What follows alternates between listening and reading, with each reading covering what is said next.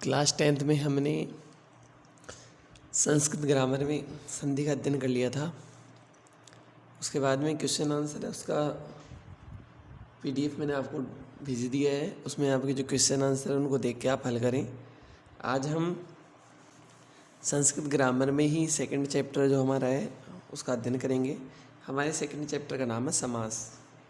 देखिए, संधि और समास संस्कृत ग्रामर में बहुत इम्पोर्टेंट पॉइंट होते हैं। तो संधि का हमने अच्छे से अध्ययन किया, स्वर संधि, व्यंजन संधि, विसर्ग संधि। अब हम समास का अध्ययन करेंगे। नोट: पाठ्यक्रमानुसार इस अध्याय में अव्ययभाव, कर्मधारय और एवं द्वंद्व समास का अध्ययन ही अपेक्षित है।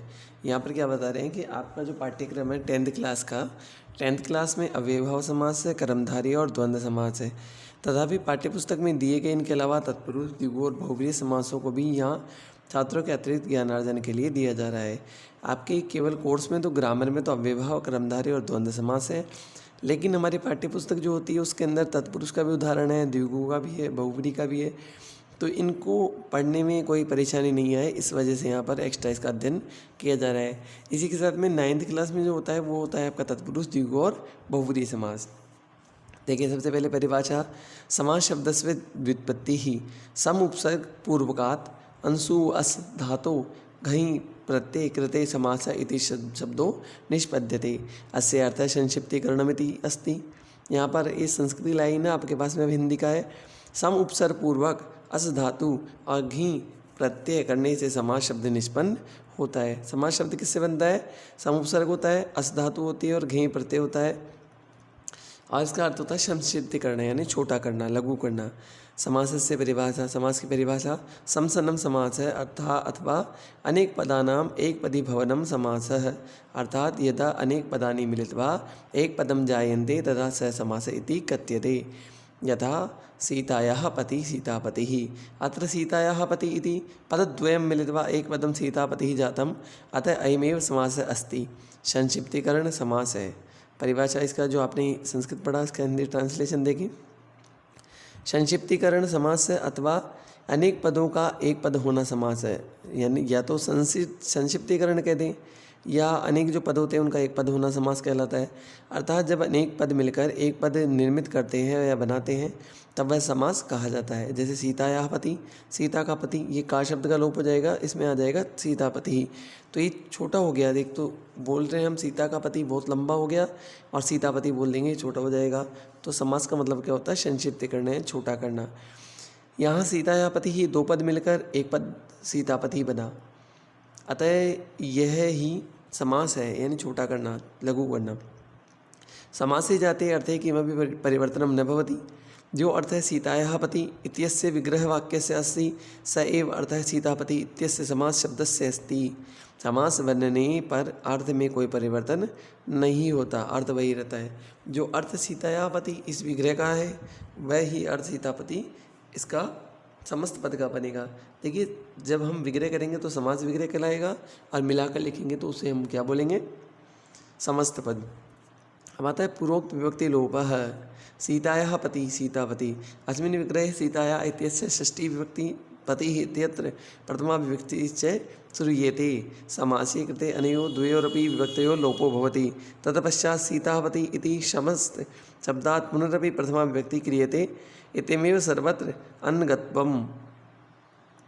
यहाँ पर इसका ट्रांसलेशन देखें, सीतायाः पति, यहाँ से जो हमने पढ़ा था उसका यहाँ से ट्रांसलेशन देखें, सीतायाः पति सीतापति। तो हमने क्या किया, यहाँ पर इसको जो आपका सेंटेंस है इसको हमने आपका जो शब्द है उसको छोटा कर दिया। इस विग्रह में सीतायाः, इसमें षष्ठी विभक्ति का प्रयोग है। सीतायाः शब्द में कौन सी होगी? षष्ठी विभक्ति, जैसे रमायाः वैसे सीतायाः। पति इसमें प्रथमा विभक्ति सुनाई देती है। समास करने पर इन दोनों विभक्तियों का लोप हो जाता है, तो तत्पश्चात सीतापति ही इस समस्त शब्द में पुनः प्रथमा विभक्ति की जाती है, जिसे सभी जगह अथवा संपूर्ण समस्त शब्द में जानना चाहिए।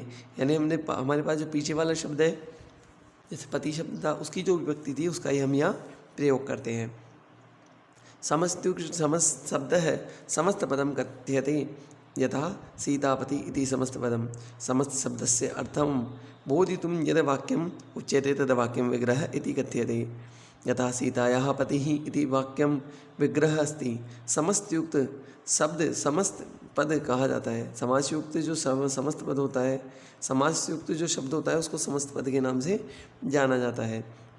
जैसे सीतापति ही यह समस्त पद है। समस्त पद का अर्थ जानने के लिए जो वाक्य बोला जाता है वह वाक्य विग्रह कहा जाता है। जैसे सीतायाः पति ही, यह विग्रह वाक्य कहलाता है। अब आता है समासस्य भेदा, समास के भेद। संस्कृत भाषायां समासस्य मुख्यरूपेण चत्वारः भेदाः सन्ति। समासे प्रायशः द्वे पदे भवतः, पूर्वपदम् उत्तरपदं च। पदस्य अर्थः पदार्थः भवति, यस्य पदार्थस्य प्रधानता भवति तदनुरूपेण एव समासस्य संज्ञा अपि भवति। यथा प्रायेण पूर्वपदप्रधान अव्ययभावो भवति, प्रायेण उत्तरपदप्रधान तत्पुरुष भवति, तत्पुरुषस्य भेदः कर्मधारय भवति। देखिए इसमें कर्मधारस्य भेदः द्विगु भवति। कर्मधारय का जो भेद होता है द्विगु होता है। प्रायेण अन्य पदार्थ प्रधान बहुव्रीहि भवति, प्रायेण उभय पदार्थ प्रधानः द्वन्द्वः भवति। एवं समासस्य सामान्य रूपेण षट् भेदाः भवन्ति। अब यहाँ पर हमने संस्कृत पढ़ा, इसका हिंदी ट्रांसलेशन देखें। संस्कृत भाषा में समास के मुख्य रूप से 4 भेद होते हैं। समास के संस्कृत में मुख्य रूप से कितने भेद होते हैं? 4 भेद होते हैं। समास में प्रायः 2 पद होते हैं, पूर्व पद और उत्तर पद। पद का अर्थ पदार्थ होता है। जिस पदार्थ की प्रधानता होती है उसी के अनुसार ही समास की संज्ञा नाम भी होती है। जैसे प्रायः पूर्व पद प्रधान अव्ययभाव होता है। जिस समास में पूर्व पद प्रधान रहेगा वो कौन सा समास रहेगा? अव्ययभाव समास। प्रायः उत्तर पदार्थ प्रधान तत्पुरुष होता है। उत्तर पद जिसमें प्रधान होगा वो तत्पुरुष होगा। प्राय और तत्पुरुष का भेद होता है वो कर्मधारय होता है, और कर्मधारय का जो भेद होता है वो द्विगु समास होता है। प्रायः अन्य पद प्रधान होता है वो बहुव्रीहि समास होता है, और प्रायः उभय पद यानी दोनों पद प्रधान होते हैं वो सामान्य रूप से कौन सा होता है? द्वंद्व समास होता है। इस प्रकार सामान्य रूप से समास के 6 भेद होते हैं। पहला कौन सा हुआ? पहला हुआ हमारे पास में पूर्व पद प्रधान, उसका नाम रखा हमने अव्ययभाव समास। दूसरा हुआ हमारे पास में तत्पुरुष समास, उसका हम नाम रखते हैं उत्तर प्रधान। उत्तर जो पद होता है उसकी प्रधानता के आधार पर। इसी का भेद होता है अव्ययभाव, नहीं सॉरी, इसका भेद होता है कर्मधारय, और कर्मधारय का भेद होता है द्विगु समास। और उभय पद यानी अन्य पद प्रधान होता है वो होता है बहुव्रीहि, और उभय पद यानी जो दोनों पद प्रधान होते हैं वो होता है आपका द्वंद्व समास। अब हम आज सबसे पहले अव्ययभाव समास का अध्ययन करेंगे। यदा विभक्ति समीप इत्यादिषु अर्थेषु वर्तमानम अव्ययपदम सुबन्ते श नित्यं समस्यते तदा असु विभक्ति अव्ययभाव समासो भवति। अथवा इत्यत्र अवगंतव्यम यथा जब विभक्ति समीप इत्यादि अर्थों में वर्तमान अव्यय पद सुबंध के साथ नित्य समास होता है तब अव्ययभाव समास होता है। अथवा इनको इस प्रकार जानना चाहिए। कैसे जाने? देखिए यहाँ पर 4 नियम है। ऐसे समास से प्रथम पद है अव्ययम, द्वितीय पदम संज्ञा शब्दों भवति। इस समास में प्रथम पद अव्यय और द्वितीय पद संज्ञा होती है। अव्यय शब्दार्थस्य अर्थात पूर्व पदस्य प्रधानता भवति। अव्यय शब्द के अर्थ की अर्थात पूर्व पद की प्रधानता होती है। अव्ययभाव में क्या होता है? अव्यय शब्द की तो प्रधानता होती है और पूर्व पद की प्रधानता होती है। अव्यय शब्द रहता है इसके अंदर। तीसरा है समासस्य पद द्वयम मिलित्वा अव्ययम भवति। समास के 2 पद मिलकर अव्यय होता है। जब ये मिल जाते हैं दोनों तो इससे बनने वाला शब्द अव्यय कहलाता है। अव्ययभाव समास है नपुंसकलिंग का एकवचन भवति। अव्ययभाव समास नपुंसकलिंग के एकवचन में होता है। तो हमारे पास 4 पॉइंट आ गए। क्या आया? इस समास में प्रथम पद तो अव्यय होगा और दूसरा पद आपका क्या होगा? संज्ञा होगा। सेकंड नियम है अव्यय शब्द की अर्थात पूर्व पद की इसमें प्रधानता रहती है। तीसरा होता है समास के 2 पदों को मिलाकर अव्यय का निर्माण होता है, उससे जो बनता है समास उससे अव्यय का निर्माण होता है। और चौथा नियम है अव्ययभाव समास जो होता है वो नपुंसकलिंग और एकवचन में रहता है। ध्यातव्यम, ध्यान देने के लिए बातें हैं।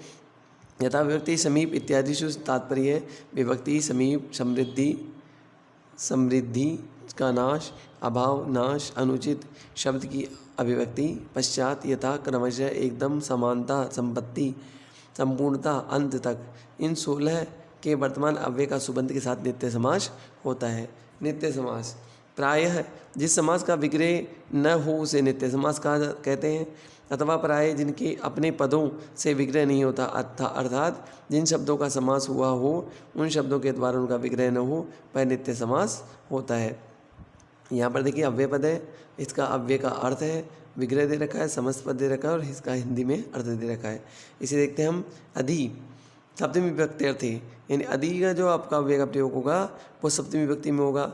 यहाँ आ गया हरौ इति, हरौ ये आपके सप्तमी का एक वचन है। इसका जो समस्त अपन पद बनाएंगे तो अधि पहले लग जाएगा और हरि शब्द में अलग निकल जाएगा, तो इसका अर्थ होगा हरि में, जैसे अधिकरण में। हरो इति का समस्त विग्रह आपके पास है और समस्त पद होगा अधिहरि। आपके पास में जब अधि शब्द दिखे कहीं पर भी आपको, तो आपको क्या करना है, हरि के अंदर सप्तमी लगानी है और अधि की जगह आपको इति शब्द लगाना है। फिर आपके आता है उप, ये होता है समीपार्थ है, समीप के लिए उप का प्रयोग होता है। जिसने कृष्ण से समीपम, उप कृष्णम कर देंगे हम यहाँ पर। देखिए ये सेकंड जो विभक्ति है उसका हम यहाँ पर प्रयोग कर रहे हैं। आपको जहाँ कहीं भी उप दिख जाए, पीछे कोई शब्द संज्ञा दिखे आपको, तो आपको क्या करना है, उप की जगह क्या लगाना है, समीपम करना है। और कृष्ण जो आपका दे रखा है कृष्णम, इसको षष्ठी में डालना है, जैसे रामस्य वैसे कृष्ण से, तो षष्ठी करना है और इधर आपका उप की जगह समीपम करना है। ये हो जाएगा आपका कृष्ण के समीप। फिर तीसरा है अनु, योग्यार्थे, योग्यता के अर्थ में। जैसे रूपस्य योग्यम अनुरूपम, अनु शब्द आपको दिखे, रूपम लगा हुआ कहीं पर भी, अनु अगर आपको दिखता है तो आपको क्या करना है, अनु की जगह क्या प्रयोग करना है, अनु की जगह आपको योग्यम शब्द का प्रयोग करना है। तो रूप का कर देंगे रूपस्य, जैसे रामस्य, षष्ठी का प्रयोग कर देंगे और यहाँ पर योग्यम कर देंगे, रूप के योग्य। फिर आपका आता है प्रति विप्सार्थे, तो आपका जैसे प्रति शब्द आ गया तो आपका समस्त पदों का प्रतिदिनम। अब विग्रह करेंगे, जो आपका पीछे वाला जो शब्द है दिनम शब्द है, इसको डबल बार लिख देंगे और प्रति शब्द को पीछे लगा देंगे, प्रति को हमेशा पीछे लगाना है। तो क्या हो जाएगा, दिनम दिनम प्रति, दिन दिन। फिर आपका है निर, अभावार्थे, अभाव के अर्थ में, जैसे निर्जनम, निर्मक्षिकम। जैसे निर्मक्षिकम दे रखा है आपके, तो निर्मक्षिकम आपके उदाहरण है, तो आपको क्या देखना है, निर शब्द आ गया यानी अभाव आ गया, तो मक्षिकम का कर देंगे मक्षिकाणाम, जैसे रामाणाम, मक्खी एक नहीं है बहुत सारी है, तो बहुवचन में डाल देंगे मक्षिकाणाम अभाव है, निर्मक्षिकम, मक्खियों का अभाव। फिर यथा अनतिक्रमार्थे, तो यहाँ पर आपका समस्त पद है यथाशक्ति, विग्रह करेंगे तो आपका हो जाएगा शक्तिम अनतिक्रम्य। यथा की जगह क्या आ जाएगा आपका अनतिक्रम्य, यानी शक्ति के अनुसार। अन्य उदाहरण दे रखे हैं आपके पास में यहाँ पर, जैसे अव्यपद उप आपके पास यहाँ दे रखा है, जैसे उप का हमने यहाँ पर उप का उदाहरण पढ़ लिया, तो आपके पास में एक देख लेते हैं, उपगंगम, गंगाया समीपम, षष्ठी कर दिया हमने यहाँ पर और ये समीपम शब्द लगा दिया उप के लिए। इस प्रकार से आपके उदाहरण है, उनको आप हल करें। फिर हमारे पास में आता है जैसे अनुरथम, अनु शब्द आ गया, पहले हमने उप पढ़ा, अब हम अनु का अध्ययन करते हैं। देखिए इसमें अनुरथम, तो अनु जो शब्द है इसका अर्थ होता है पश्चात, तो अनुरथम शब्द दे रखा है तो रथ से पश्चात शब्द आ जाएगा। देखिए रथ शब्द है तो रथ से कर देंगे, षष्ठी कर देंगे, रथ का षष्ठी बना देंगे रथ से, और अनु के लिए हम शब्द लगा देंगे पश्चात। ऐसे उदाहरण है, आप इनको हल करें। फिर अगला है हमारे पास में प्रति का, जो हमने पढ़ा था अभी, जैसे प्रत्येकम एकम एकम, या एक उदाहरण देखिए अर्थम, तो प्रत्यर्थम अर्थम अर्थम, जैसे प्रतिमासम प्रतिदिनम प्रतिवर्षम, तो मासम मासम प्रति। आगे है हमारे पास में निर का उदाहरण, जैसे निर्जनम, तो निर्जनम, निर का मतलब अभाव है, और जन्म तो यहाँ कर देंगे जनानाम अभाव है, जनानाम कर दिया हमने षष्ठी के अंदर, लोगों का अभाव, जहाँ लोगों का अभाव होगा तो वो क्या हो जाएगा, स्थान निर्जन स्थान हो जाएगा, तो जनानाम अभाव है, अभाव शब्द हो गया निर के लिए, और जन को हमने बहुवचन में डाल दिया षष्ठी बहुवचन के अंदर, तो क्या हो जाएगा, जनानाम अभाव है, मक्षिकाणाम अभाव है, निर्मक्षिकम, निर्धनम धनस्य अभाव है। आगे देखिए आप हमारे पास में अव्यय अनतिक्रम्य का, जैसे यथाशक्ति हमने अभी उदाहरण पढ़ा था, अब हम दूसरा देखते हैं उदाहरण यथामति, तो मति शब्द है, इसको तो कर देंगे हम मतिम, और यथा की जगह लगा देंगे हम अनतिक्रम्य। इस प्रकार जो आपके उदाहरण है एक एक हमने देखा, बाकी उदाहरण उनको आपको स्वयं हल करना है। आगे देखिए हमारे पास में स का है सहित, जैसे सचित्रम चित्रेण सहितम, तो चित्र शब्द दे रखा है, इसको हमने तृतीया में कर दिया, तो सचित्रम चित्रेण सहितम। इस प्रकार हमारे पास ये उदाहरण है और ये आप उदाहरण हल करें, बाकी उदाहरण आप स्वयं हल करें। आज का कार्य हम यहीं तक रखते हैं।